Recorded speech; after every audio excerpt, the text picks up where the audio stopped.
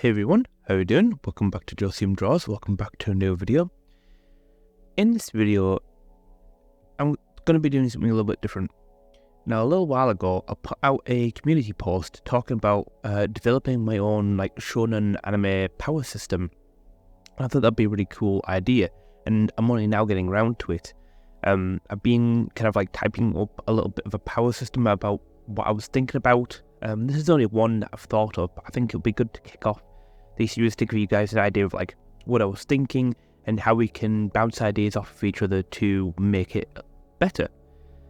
So I thought it'd be a fun exercise and a great way to get all of those pesky ideas out of my head and into some medium that I can share with all of you, and then you can share your ideas with me, and then we can make something a really good product. I'm going to preface that I'm not really going to explain what a power system is, as there are far better people on the internet and videos out there that could do a way better job than I can. So what I'd like to do is just skip straight to the first this first video explaining the first power system. They're called Pho-beings. Now, the Pho-being power system. What are Pho-beings? Who are they, and where did they come from? Pho-beings is a term given to humans who have manifested their deepest fears or phobias into reality. This process starts with a race of aliens called Emosharians. Now, in this race, there are 4 species within the race. The Koi, the Ureshi, the Kanashi, and the Akari. These aliens are sort of made of an unknown energy source. I imagine them to look like small spheres with different colours, and they're floating around, all textured and swirling energy. Maybe something like this. Each of them have a different colour associated with them. Now, the Koi is coloured like a greyish, blackish, purplish colour. And I feel like that's a good colour to represent fear and being scared and stuff like that, and darkness and somewhat maybe evil.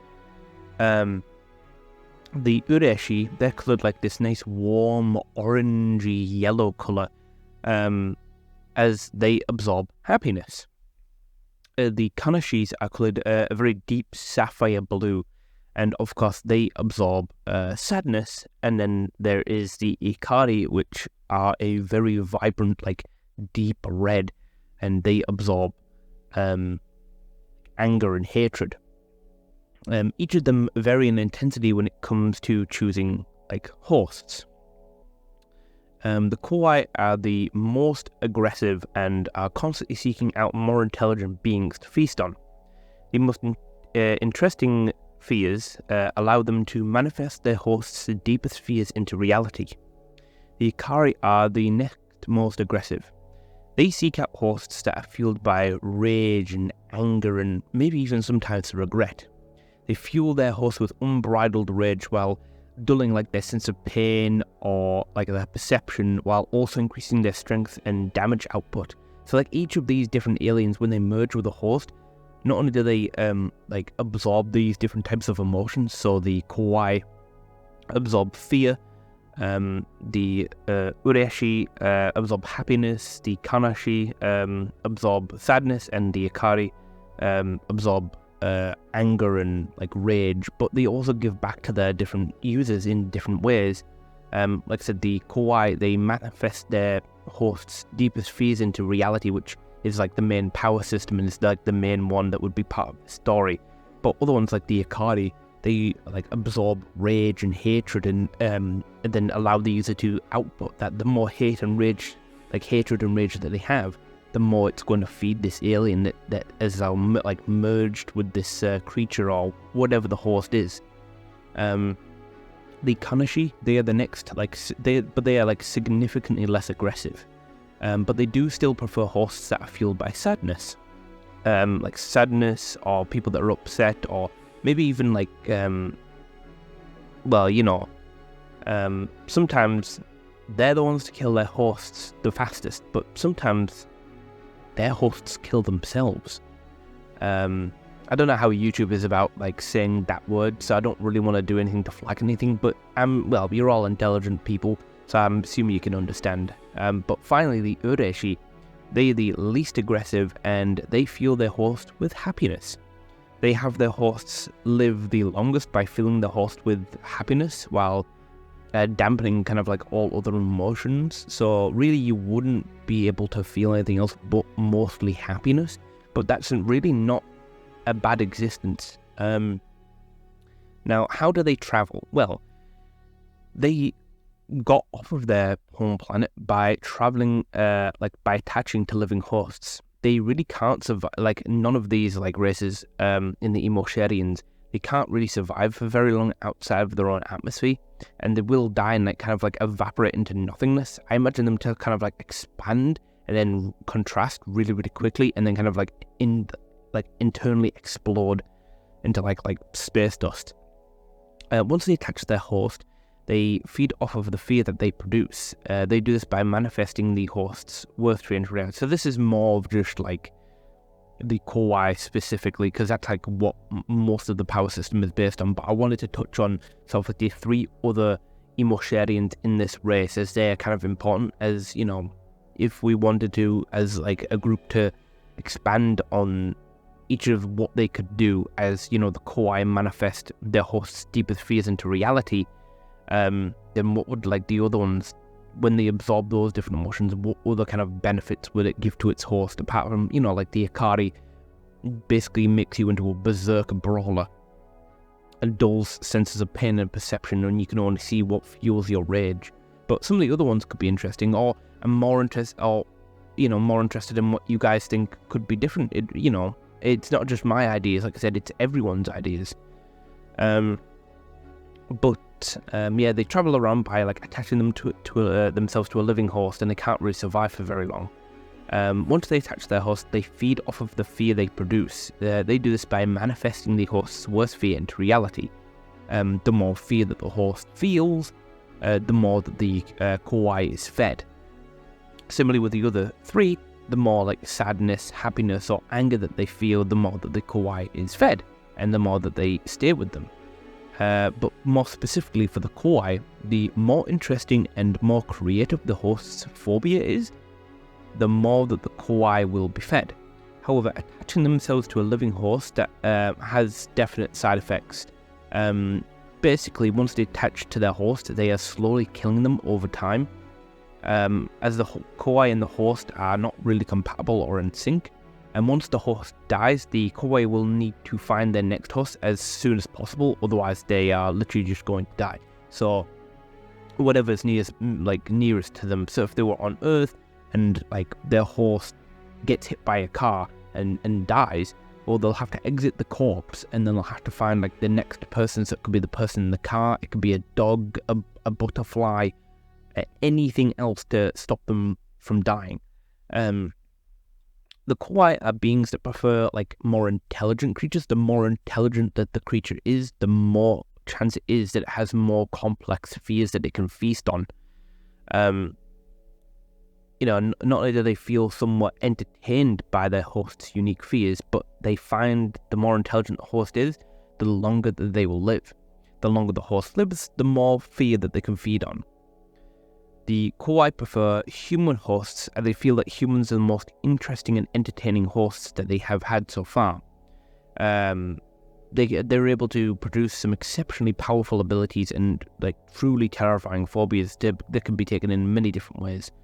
Ever since people began manifesting their fears into reality, not only are they branded with the term Pho-being, but they were also categorized through their unique powers. I was also playing around with the word like fearmongers, maybe that like different governments all over the world could refer to them as different names, but I think like either Pho-beings or fearmongers would be a really cool name for them. But let me know what you guys think. What would you name these kind of like people who have abilities? Something like a name that's catchy, like stand users or hunters or something like that, short and sweet. So, obviously, Pho-beings or fearmongers are just placeholders, unless you guys really, really like that idea, or maybe somebody else has an even better idea than I do. But anyway, like once like these powers have been recognized by people and like governments all over the world, they started being put into different categories. So the different categories that like the abilities that somebody can manifest are constant effect types. So these are powers or phobias that are manifested that cannot be shut or turned off. They can't even be stopped. They are always active no matter what. So they're affecting everything around them. There are environmental types. Now these powers are specifically that like it target the environment, so large or small spaces, like environments like fields and large areas, the environment basically, including like the space, ground, buildings, or areas where the host is even just like nearby. I'm thinking maybe this has like a huge radius of like 200 like kilometers or something ridiculous like that.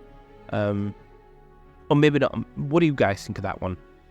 Next, there is, and the final one is summoning types. Now, these powers can summon some sort of like creature, object, or being or entity that's associated with the person's related phobia.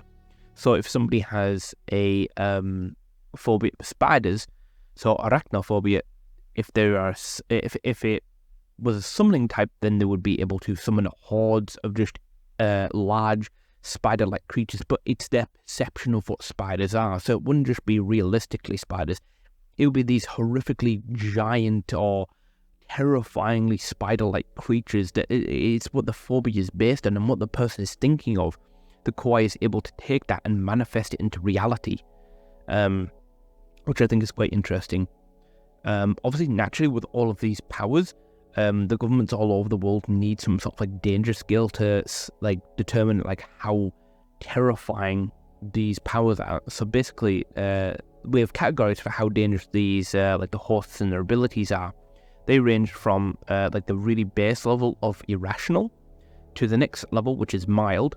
And then it goes up to terrifying, and then there is the top one, which is primal. Like primal fears are unbelievably powerful. Like almost godlike beings who have just like a combination of all three of the different like types merged into one, which is like unbelievably powerful. So there are a small subset of humans all over the world. Like I'm talking like fewer than 10 that are called the primals. Now they've been labeled primals because these are pho-beings that have powers said to be phobias or fears that all of humanity once shared. These are specific ones that they have found so far, which are the fear of the dark, the fear of the unknown, the fear of death, and the fear of death. These are what have been discovered so far, but more could pop up. But I felt like those ones represent like fears that naturally humanity's always had.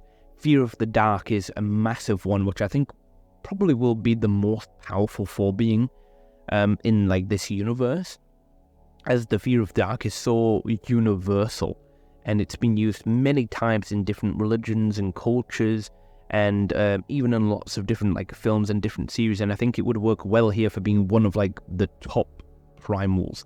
The next is the fear of the unknown. Like I said, the unknown could be anything, which is what makes it so unbelievably powerful. It could be anything, and it's like other people's perception of what's going to happen, which I think is really cool. And then the fear of death is also quite a safe one, as you know, pretty much nearly everybody fears death.